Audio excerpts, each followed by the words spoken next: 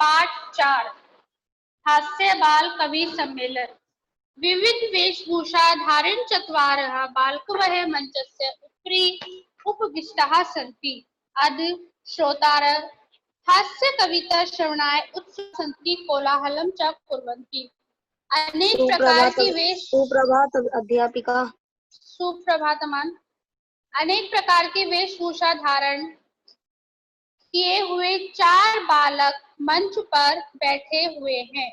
नीचे श्रोता लोग कौन होते हैं? जो सुनने वाले लोग होते हैं, उन्हें श्रोतागण या श्रोता लोग कहा जाता है।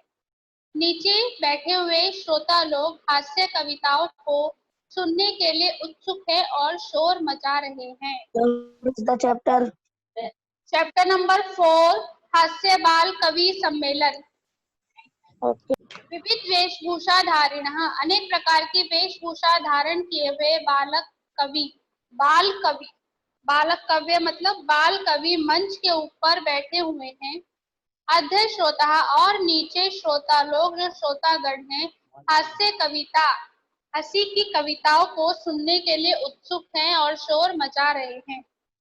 संचालक अलम कोलाहलेन हर्षस्य अवसर्य तस्मिन् कवि सम्मेलन काव्य हंतारः काल्यापकाश्च भारतस्य हास कवि वसुंधराः समागता सन्ति एहि करतल ध्वनिना वयम् एतासां स्वागतम कुर्मः। संचालक कहता है, शोर मत कीजिए, आज बहुत हर्ष का विषय, हर्ष मतलब खुशी का टाइम वक्त है कि कवि सम्मेलन में काव्य का नाश करने वाले भारतवर्ष के श्रेष्ठ कवि हास्य कवि आए हैं। इनका आप भी तालियों से स्वागत कीजिए। बेटा ये हास्य कवि सम्मेलन है, इस वजह से जो संचालक है मंच का, उसने इसी तरीके से बोला है कि कविताओं का नाश करने वाले, काव्यों का नाश करने वाले सभी लोग यहाँ पर आए हैं, तो इनका आप सब तालियों से स्वागत कीजिए। क्यों उसने ऐसा बोला? ताकि ये सब बात सुनकर हंसे, क्योंकि यहाँ पर क्या कवि सम्मेलन हो रहा है? हंसने वाला हास्य कवि सम्मेलन। गजाधर भयो रसिक भयो नमो नमः प्रथम तावद अहम आधुनिकम वेदम। गजाधर कहता है, सभी नीरस जनों को नमस्कार है। नीरस मतलब जो रस लेना नहीं जानते हैं, जिन्हें कविता सुनने में आनंद नहीं आता है। पहले मैं उन आधुनिक डॉक्टरों की कविता सुनाता है वो।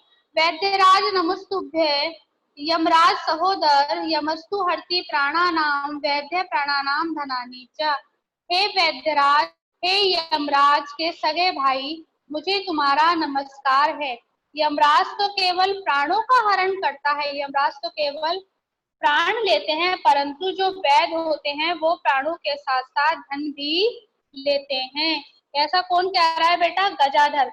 गजाधर ने कहा है कि हे वैद्यराज, हे यमराज के सगे भाई, मैं तुम्हें सबसे पहले नमस्कार करता हूँ। यमराज सहोदर मतलब यमराज के सगे भाई, मुस्तबे मतलब नमस्कार करता हूँ। वैद्यराज मतलब वैद्य को।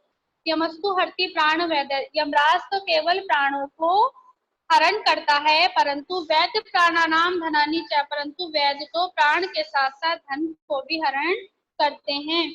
सर्वै उच्चै हसन्ति, और सब जोर जोर से हंसने लगते हैं।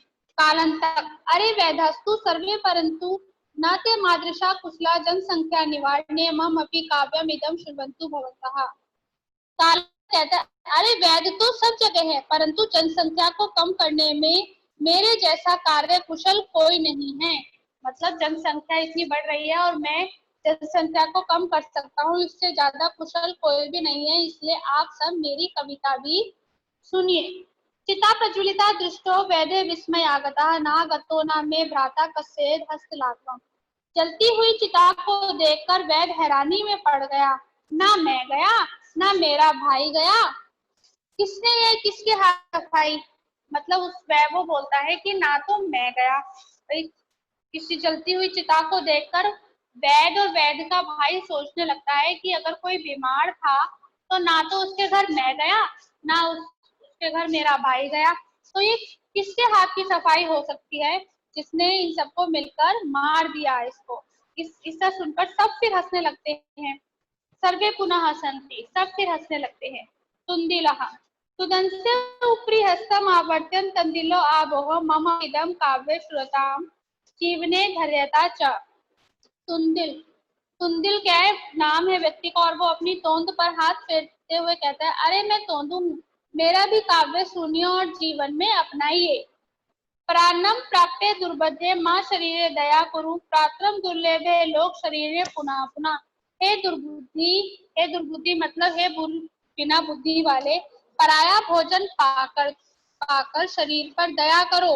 अगर किसी का भोजन मिल रहा है तो शरीर पर दया करो, ऐसा नहीं कि दूसरे का भोजन तुम सारा खा जाओ। अरे मैं तो तोंदू हूँ, मैं तो क्या हूँ, तोंदू हूँ। संसार में पराया भोजन कठिनाई से मिलने वाली वस्तु है, शरीर तो बार बार मिलता ही रहता है। मतलब वो कहता है कि अगर किसी का हम दूसरे का भोजन देख रहे हैं और उससे भोजन को देखकर हम लालच भरी नजरों से उसे देख रहे हैं और फटाफट फटाफट हम उसे खा जाते हैं, तो कहता है कि उसके साथ अपने शरीर का भी ध्यान रखना चाहिए। ऐसा नहीं कि दूसरे का भोजन उठाया और खा गए।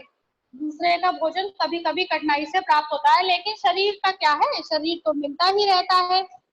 चार्वाक आम आम हाँ हाँ शरीरस्य पोषणं सर्वथा उचितमेव यदि धन्नास्ति तथा ऋण तत्रमापि पौष्टिक पदार्थ एवं भोक्तव्य तथा कथयति चार्वाक कवि। बेटा ये सब हास्य कविता है, हंसी की बात कर रहे हैं इस तरह, इसलिए इस पाठ में इस हंसी हंसी की बातें हो रही हैं, जिससे कि सब लोग चार्वाक हाँ हाँ शरीर का पोषण सदा हमेशा से उचित ही है। अगर धन नहीं है तो भी ऋण लेकर पुष्टि देने वाला भोजन ही खाना चाहिए।